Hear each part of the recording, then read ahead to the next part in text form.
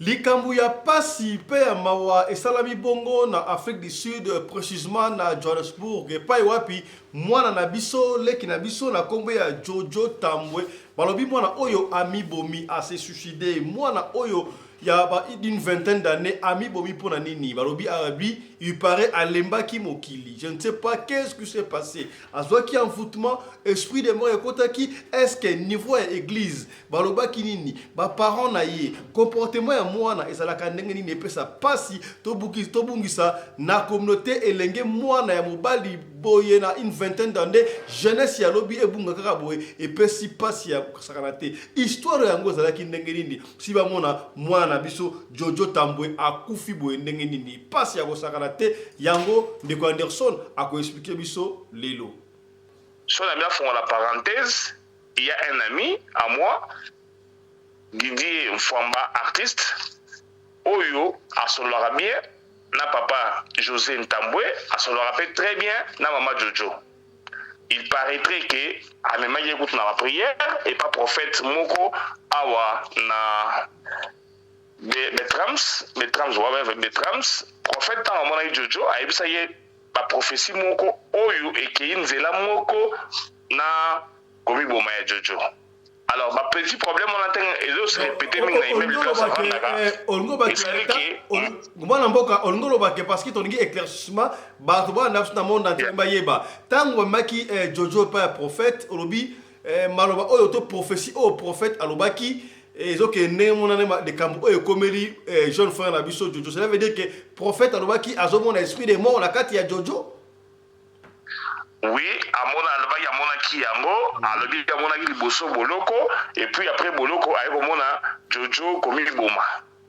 Alors na ndenge na ye alobaki ki toute chose révélée est sans effet mais il fallait Jojo abana kosambela po makambo wana ekokisama te. Malheureusement, tu as évité ce Jojo Samelaki ou pas, prophétie Kokisami, mais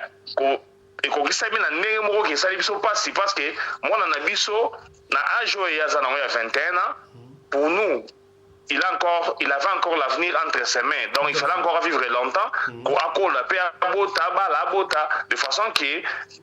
famille PSP là, mais malheureusement et comme il y en a été Jojo a petit problème oyo et d'ailleurs comme on a problème il y a un bateau à faire problème d'après il baza ko inaye alors na ne baza ko inaye bazo conseiller ba makambu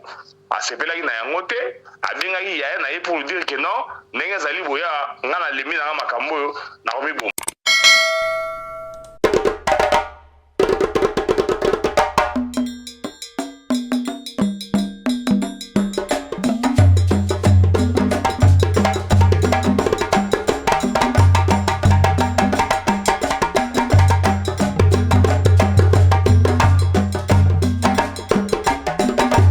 Mobali mbinga na mwina ngolo aboya hydroquinone soki ezotambola basheri bazokwea mayanga na retrouve douce tendresse affection epa na yo nasalelo nini mpo ndimake na kupendaka sana shitakwacha pelende wenjoro.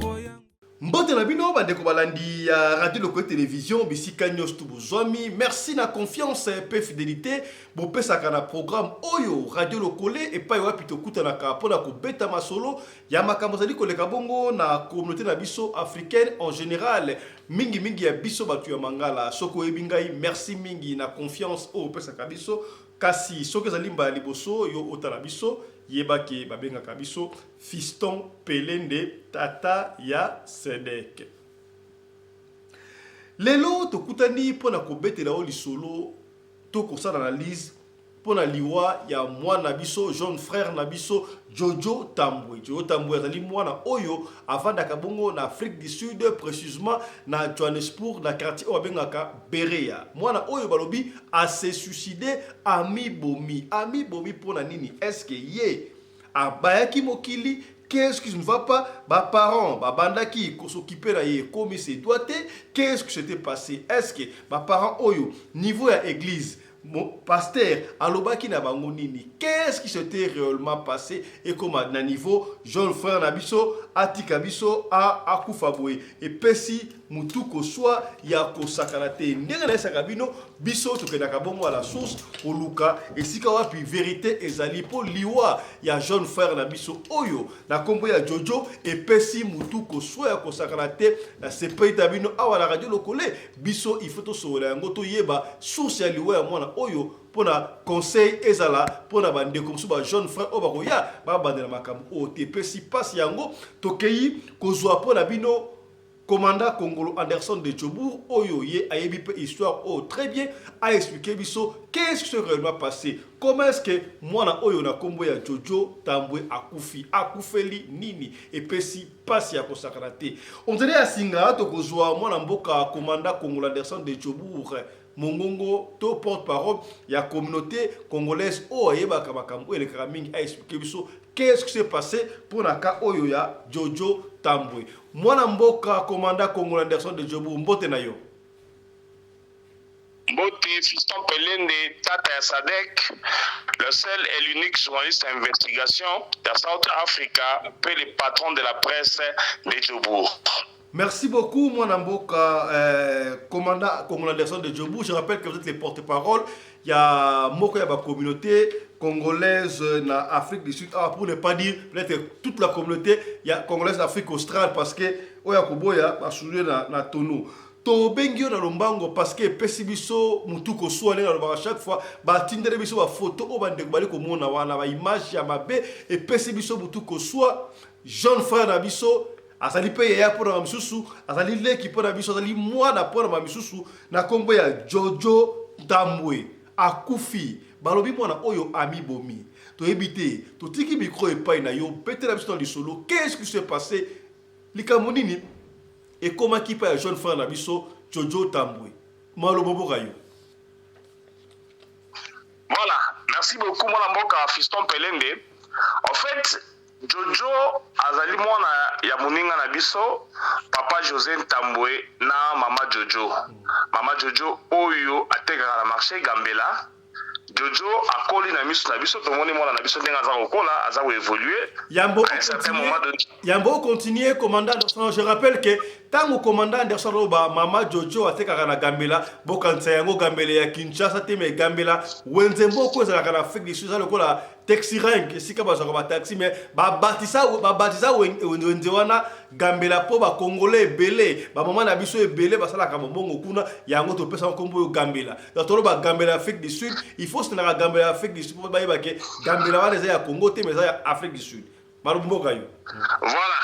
Voilà, merci beaucoup pour la précision. Marché Gambela ezali marché na biso awa na Djobour précisément na Yoville o ezali Grand Monde, Yoville o tobi na mokili et si quand puis marché Gambela ezalaka. Mama Jojo azali moko ya ba mama oyo bazalaka na mesa na marché Gambela. Mwana na biso Jojo a koli na mboka oyo donc ezali bana oyo ba s'intégrer na communauté. Soko moni na baninga ne ba sud africain différence ezalaka te. Alors Jojo abandi kokola et pesi pasi komona ke Jojo akufi ami bomi et bandaki ndenge nini Jojo abandaki kozala ba problème na bato na immeuble oyo bavandaka des petits problèmes oyo eroki jamais kopesa biso makanisi ke Jojo akoki komiboma un jour. Or si on a bien fondé la parenthèse, il y a un ami à moi Didier Mfwamba artiste oyo asolora bien na papa José Ntambwe asolora très bien na maman Jojo. Il paraîtrait que à même écoute na la prière et pas prophète moko awa na Betrams prophète ta maman Jojo a ebisa ye ba prophétie moko oyo ekei nzela moko na komi boma ya Jojo. Alors, ma petit problème, on entend et se répéter, mais parce que ton éclaircissement, tango maki Jojo pas prophète, olobi maloba oyo prophétie au prophète alobaki et zo ke ne mona de kambo oyo komeli jeune frère na biso Jojo. Cela veut dire que prophète alobaki azomona esprit de mort na kati ya Jojo. Oui, amona alobaki amona ki yango, alobi amona ki boso boloko et puis après boloko ayo mona Jojo komi boma. Alors, na ndenge na ye alobaki ke toute chose révélée et sans effet, mais il fallait Jojo abanda kosambela po makambo wana ekokisama te. Malheureusement toyebi te so Jojo asambelaki ou pas, prophétie ekokisami, mais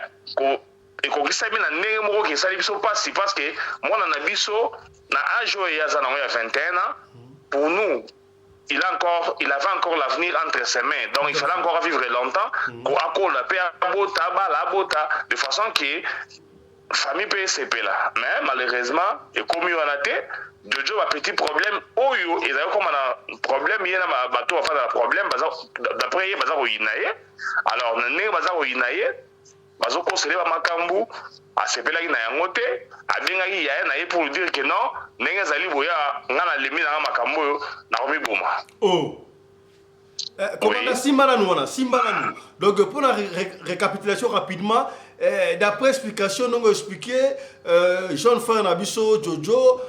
c'est comme si abayaki makambu ya mokili na immeuble esika bane ko vanda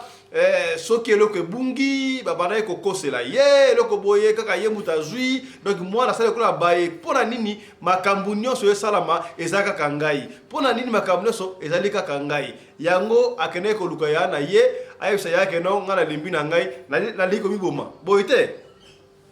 boye eza ndenge wana. Alors ntango ayebisi ya na yebisi ke komiboma te zelanga na yo ozwa yo lobi.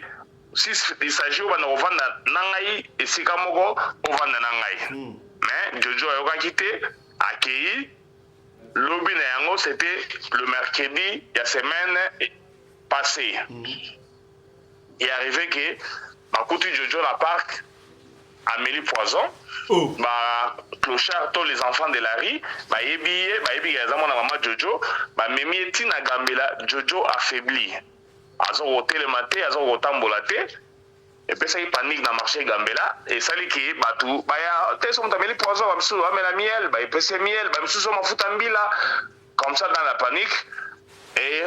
ça n'a pas tenu, bah c'est ça y va me mettre dans l'hôpital, bah qui na, je crois na Ilbro, clinique à Ilbro, clinique est transférée na Johannesburg Hospital, et si quand on va pi, à passer une semaine, mais bah quoi contenir yango te, c'est le mercredi que babengi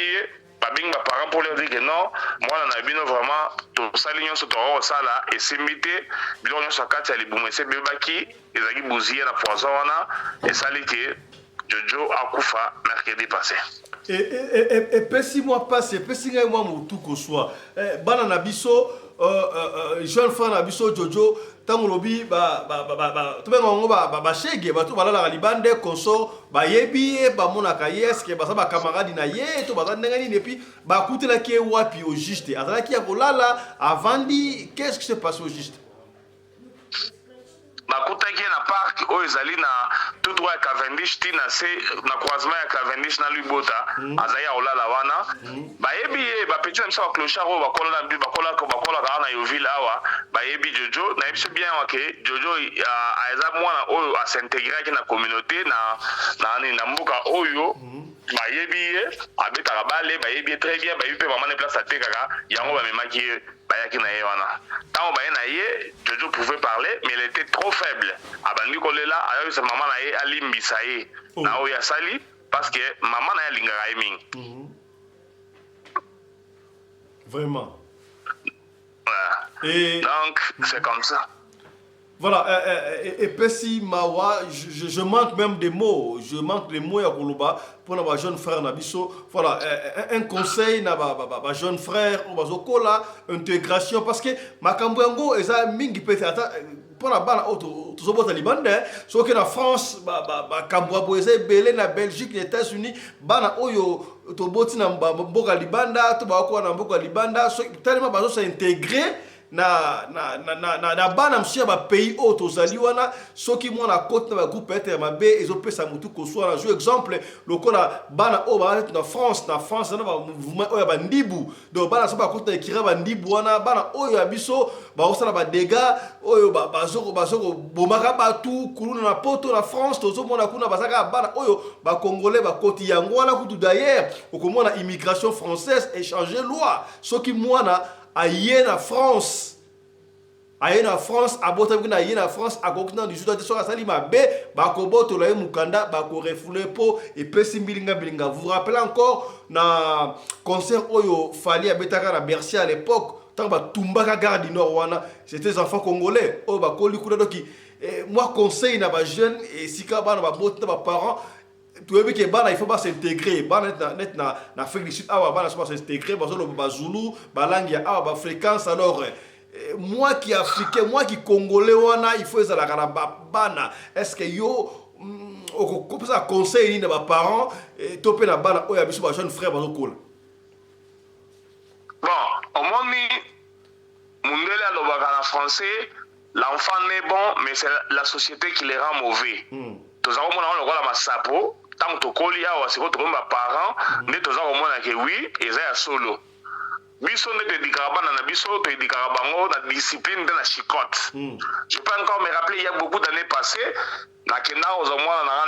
na école wana zana na école primaire deuxième enfant na ngai tant na yo ozoye kuna nakuti une dame congolaise baza koswanisa madame moko anatangisa mwana na ye navandi kimia na bino yoka na problème abandi lobote maîtresse wana alingaka mwana na ye te mwana na ye falaki nomela mai aboyi donc aza contre mwana na ye alors la dame azwi amati mpenza azotomboke na madame avandi kimia ntango nayoki histoire na récupéré ye nayebisi madame est ce que makambo oyo eza kosala ya kogangela maîtresse na miso ya mwana ezali malamu yo na ngai tokola na Congo esika wapi tokola na chicotte mais awa kutu madame aza kobeta mwana no chicotte te aza kogangela mwana na yo mpona koedike yo mais tala réaction na yo na comportement na yo devant mwana na yo oza kogangela maîtresse est ce que mwana wako akobanga so maîtresse oyo ozomona ngo kozosala bien mais par contre oza kobebisa mwana na yo entre temps tari ya solo bana ke non madame mwana boyi mwana kondomela mai mwana moko moke atelemi na bita kosi ngana mwana no tokende komela mai nzela moko na biso moni sikotala yo ye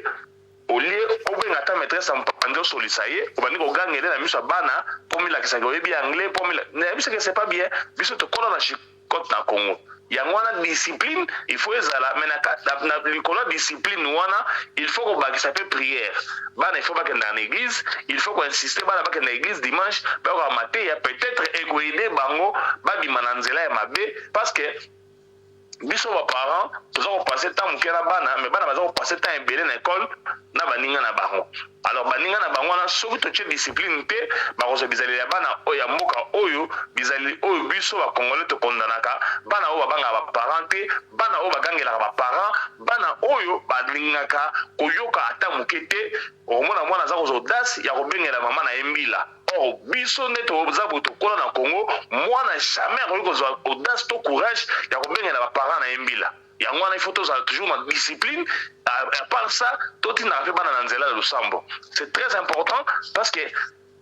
actuellement là na bamonde vitesse internet oyo bana on dirait baparents baza kokoso kocontenir bana na bango te alors ntango boza kocontenir bana te baresultat yango oyo mama Jojo na batémoignage ya bato oyo bayebi ndenge azalaka na Jojo alinga Jojo mingi aza na bana basi bana mosusu babala bakenda poto ba États-Unis bazali mais alinga Jojo na ye mingi mais malheureusement tala Jojo aye kodecevoir ye ami bomi esali vraiment pasi kaka ndenge moko olobaka motu koswa na likambo oyo ya Jojo est-ce que Nzambe bon commandant Anderson Sabiston est-ce que bon moi na Jojo un garçon jeune frère de 21 ans poison yango azwi yango wapi ezalaki poison ya ndenge nini epesaka motu koswa c'est quoi poison nini yamelaki juste bon jusque là balobi nayebi te soki badétermine poison nini oyo yamelaki mais est-il que bapoison basolution esalamaka nango bakozwa bakisa mpuku bameli bakozwa baboyi bameli donc bapoison eza à la portée des enfants eza nango na bandako na mwana so babiloko ezalaka toujours contre la santé humaine eza ekoma poison soki autilize yango soit excès de dose nango allez ekoboma kaka parce que po hôpital baoyo bakeno moto après une semaine bakokontenir ete seke poison amelaki ezalaki makasi Ça me rappelle encore l'histoire, moi, les gars, une petite fille qui a 5 œuvres de humanité à l'époque.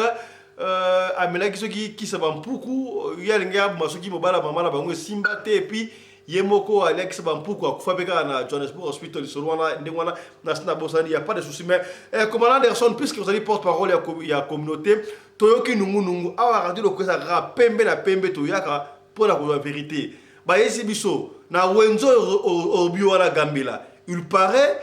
maman ya Gambela zali côté ka Mbasu na Gambela. Est-ce que c'est vrai ou c'est faux? Toyebi ke ndeko biso Jordan oyo batu ebele ya poto kutu basunga ki azalaki na Mbasu na likolo sila ki ko la droite sila ki et paye ko sa likolo mususu yango memé na liwa. Est-ce que c'est vrai? Toyo ki soupçon na Gambela wala na Afrique du Sud ba oteka Mbasu. Bon, ce n'est pas caché hein. Et y a un qui non maman moko que j'étais le nom à Mbasu na Gambela. On dirait que se révolta qui atikaki yango atikala kopesa yango batute. Donc ezanengwana et yaka soupçon eza donc c'est à prendre toujours avec réserve que maman moko Mbasu yare pas là mais bato telemelaka ye tiki yango so azongisaka na Congo quelque chose de ça et ça la mandengwana na o Italie Jordan Mbasu ya Jordan ezali na batu oyo bavivaka na Randbeck kuna isika Jordan akufelaki balobi Jordan azonaka problème nde na Nigérien moko Nigérien wana Jordan amelaka ye mbongo na bapeti na ye mo bamelaka Jordan amelaka bambongo amelaka Nigérien na mbongo. Alors tango Nigérien asenga ye mbongo Jordan abimeli pomba il paraît Nigérien wana azwaka libanga alobi avant bamba Jordan libanga wana alobi ti pona mbongo na ye ozela omona bobu abambi libanga ezela likolo esala pota ya moke oyo etungisaka ya liboso après ekokauka mosusu ozonga na gauche toyebi te na oyo ezongaka wana ezali ka continuité ya libanga wana ndenge Nigérien azwaki asaki ndenge toloba na lingala asaki kosaka alobi abambi ye yango ndenge te bandaka Mbasu donc tout est parti de là. Jordan na baninga na ye bapeti na ye bamelaka Nigérien na mbongo. Alors tango na lobi Jordan bimi pomba nazwaka libanga na bambaka na likolo azwaka pota ya moke kaka. Donc Mbasu yango ezalaka ba Congolais te même en Nigeria bazala na Mbasu hein. Bon neti oyo ye wana malobi ezali te Mbasu pa Mbasu ta mabwakeli oyo ezalaki babwakeli yo maladi mais oyo ya nani ya Nigérien wana ezali abamaka ye libanga penza ya fara bona moi ezali na butu te mais ezali na moi abamba penza libanga na moi après avoir parlé alobi na compte mbongo na ye ndenge alobaka na yango esalaka ki Jordan azoka na batu oyo bafanda na Randbeck bango nde baye kopesa baéclaircissement na likambo wana. Voilà, merci beaucoup, mon amboka commandant Congolais de Jobour, tu vous autant mingité, je crois que vous avez éclaircissement parce que l'IWA, il y a moi Nabiso, il y a Nabiso, l'équipe Nabiso, moi na pour Nabiso, Koko pour Nabiso, et tout qui m'était à battre pêche, nous dit que soit Jojo Ntambwe, à Koufi, à Zabon, à Bafana, à Berea. Voilà, mot de la fin sur décès à moi Nabiso, Oyo a se suicidé, conseil na jeune frère Nabiso, Mboka Libanda, Atoye. Kolandaka te ke baninga musupo ya jui po papa na bango asala ka boy yo papa na bango asala ngote bana kolanda moi conseil na ba jeune pour va finir avec vous. Voilà, merci beaucoup moi mboka fiston pelende na robana na bana na biso to na robota na mboka oyo bana na biso il faut ba yeba ke non biso na mboka oyo ti na minute suka to zalika papaya to yena mboka oyo balobi so yena mboka so kutu batazobina na likolo gauche yo pe bina na gauche. Alors kobina na bango na likolo gauche wana soki ezali mabe kolanda yango te wana nde makambo toyebisa bana na biso to yena ba éducation na biso to yena ndenge na biso ya ba africain kotosa baboti c'est d'abord la première des choses et en plus de cela bana na biso il faut ba éviter souvent otambola na bana mboka oyo parce que bana mboka oyo bazana ba genre moko boya ba éducation malamu te omona bimboka mobimba 95% ya bana bafanda kana ba mama papa bazalaka te ba mama kama to bokola bana na ba koko na bango donc ba mama ya ba mama na bango ndo bokola bana na mboka oyo 95% 100%, je pèse bien les mots, et c'est comme ça. Namboka Oyo, okomona, et ça passe, moi, la moro boya, na ba couple, il y a ba parents na yene bisto na mboka, ne bisto vivana na Congo kuna. Donc mboka bana oyo ya mboka oyo, basali toujours na éducation. Souvent ya ba koko na bango parce que maman tanga obota mwana pusani, aroza ke tike pa koko na ye, ya continuer musala koko atire la mwana. Donc bana wana éducation na bango ezalaka toujours malamu te. Bana moko bazanga botosi, bana moko boy na classe bazaka mayele te, bana moko boy toutes les histoires ya mabe ezana bana mboka oyo. Yango biso ba parents, ata so moni mwana na yo aza tamona bana mboka oyo, il faut toujours ko bene matoi. Ba parents ba konsa oganya la bana. Toyebi ke libumu ezali magasin, bana nyonso oyo babima na libumu, ye moko bazalaka ndenge moko te. Omona bana mususu bazana botosi, bana mususu bazana mitu makasi, mais to le mana bango te nzoko alema mikumba na yete bana na biso baza bana na biso, il faut to continuer ko serrer bango tina minute ya suka. Bana pe baye bakeno bozui ya ba parents nyonso ezalaka ndenge moko te. Na communauté, bato ya mongo bazali, bato ya classe moyenne bazali, et puis bato oyo ba démini bazali. Bana il faut baye baka yango toujours que non, ba koyo banate, on a ntongo mo boyo, c'est un papa na besoin $50 ou bien $100. Bon, tant on tient $100, on tant on peut songo, ba ndeko ba tsekele ba olia nini parce que salaire nyonso yango yo za rose. Donc bana na biso faut baye baka, ba se contenter na oyo ba parents na bango bazali na yango. Na biso baboti eloko oyo na kosenga na biso baboti toseraka bana na biso to continuer na bango na discipline et puis tomema bango na nzela ya losambo. La prière change les enfants, la prière aide aussi les enfants à kotambola na bosembo pe malamu. Na maman Jojo, na papa José, vraiment na kosenga nzambe a fortifier bango, a consoler bango na moment oyo c'est difficile de voir que non moi na moko boye enfant chéri ya maman akende kaka boye et ye moko bayi kasala ki mabe parce que tant bayi kende na marché gambela akoma kolela mami forgive me donc ya bayi ke o asala ki zayi mabe maman na kosepela lango te et surtout na bolingo oyo maman na azalaka na yango nenga kufi boye azokisi motema ya maman na ye vraiment nzambe ayi babongo na kofortifier libota ya papa José acha vraiment kimia pe a consoler bango a fortifier maman Jojo azali moi c'est moninga na biso tozala bango bien vraiment ba maman gambela tozala bino ensemble. Jojo est parti torobosa na été tozala toujours pembeni na bino pour nous apporter bino conseil pour nous assister bino s'il le faut. Donc nous sommes là pour vous et nous partageons ces moments difficiles avec vous. Vraiment nzambe ya sunga libota ya papa José a sunga pe batu nyonso. Merci pe félicitations na bana na biso o bazui examen d'état. Ba maman ya gambela plus de 8 maman la gambela bana na bango bazui examen d'état. Maman Mike ocha mwasi amasa na ngai le patron magique, maman SP mwana na ya zui, maman Karine, maman sans rival, maman Hélène mwana n'est pas eu examen d'état, maman Chantal, maman Vicky, tata mwasi ya bana, maman Gloria, maman ebele na gambela bana na bango pas eu examen d'état. Merci beaucoup. Félicitations pe na Kevin confinant mwana ya maman Élysée. Azupe examen d'état, nzambe apambola bango, nzambe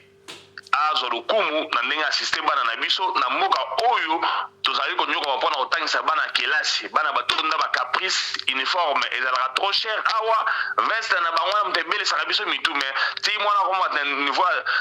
ya grade 12 osomi ba veste wana ebele donc mutu pasi nzambe asungi bana na biso bazwi examen d'état. Vraiment merci beaucoup na nkolo pe félicitations na baboti oyo banyokwami mpona kotangisa bana na kelasi. Félicitations pe na bana na biso oyo baprouve ke non na mboka oyo toyaki kosakana te toyaki cop mais bana na biso badistingue parmi bana ya mboka oyo malgré na mboka oyo bazalaka toujours injuste. Ce sont les cas rares omona balakisa bana na biso parmi badoreya ata zwi bapo ebele omona bakobeteleka maboko na ekole esukeli wana. Tata ya Sadek, merci beaucoup de l'opportunité au PC Bisso de expliquer l'Iwa ya mwana na biso Jojo. Voilà, merci beaucoup commandant Congo Anderson de Djobour. Mesdames, messieurs, Bandewandia Radio Le Collet, au nom de toute l'équipe de la radio Le Collet Télévision, nous présentons nos très sincères condoléances à la famille de l'illustre disparu d'abord, la famille Ntambwe, mais aussi à toute la communauté congolaise d'Afrique du Sud en général, particulièrement la communauté congolaise de Johannesburg. Moi, Nabiso a Koufi, mais un conseil pour tout le monde. Il y a partout en Europe, en Amérique, en Afrique, même en Congo.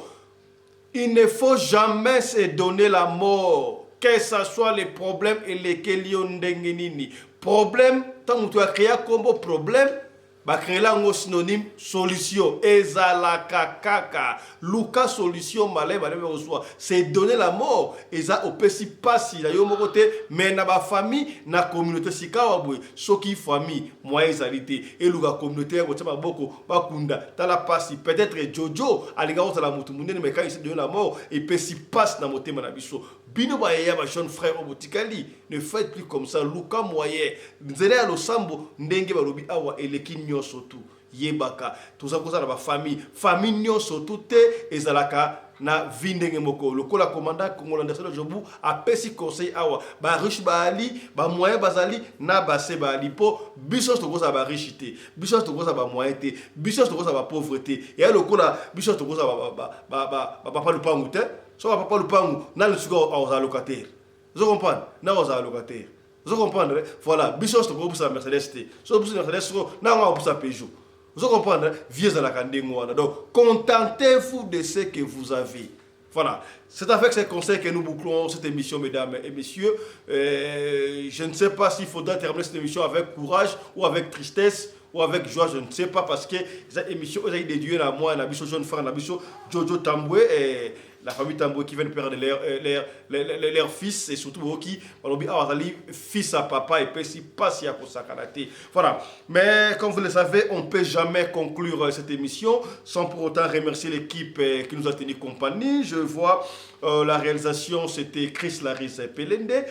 qui était secondé par Winnie Laris Pelende. À la lumière et aussi au script, c'était Claudine Laris Pelende. Et tout ceci, c'était sous la coordination de Mamari Naoumbi Laris Pelende, la femme à la taille d'une tige spaghetti, ni courbure, ni virage. La femme à la compresseur bicolo, c'est cas décapotable. Est-ce que vous commis les counatés, j'ai juste et que n'a. Allez, portez-vous bien, santé les faire à tous. Chap chap et tchara.